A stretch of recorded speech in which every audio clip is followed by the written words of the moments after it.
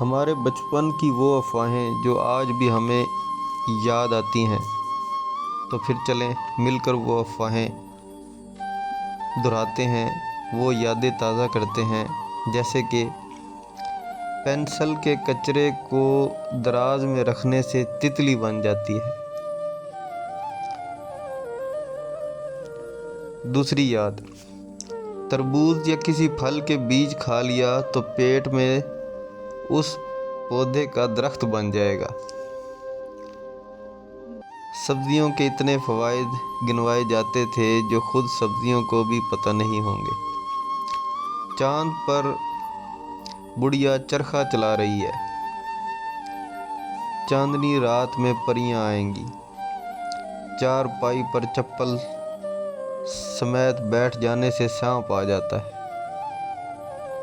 ٹوٹا ہوا دانت گھر کی چھت پر پھینک کر یہ کہنے سے کہ چڑیا چڑیا پرانا دانا لے جا اور نیا دے جا، نیا دانت مل جاتا ہے۔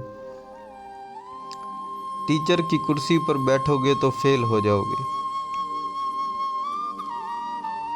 پتیلی میں کھانا کھانے سے شادی والے دن بارش ہو جاتی ہے۔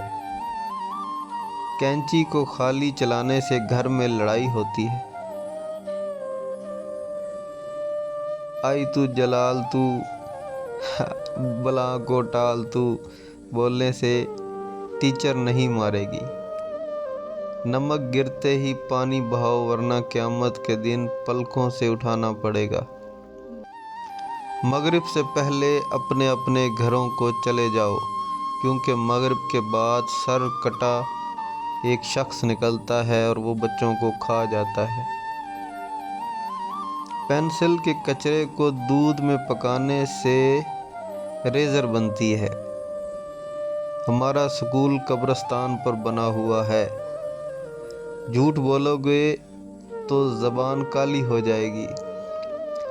حالانکہ بظاہر یہ بھی ایک جھوٹ تھا۔ مچھلی کھانے کے بعد پانی مت پینا ورنہ وہ پیٹ میں تیرے گی۔ کوئی آپ کے اوپر سے پھلانگے تو آپ کا قد چھوٹا رہ جائے گا۔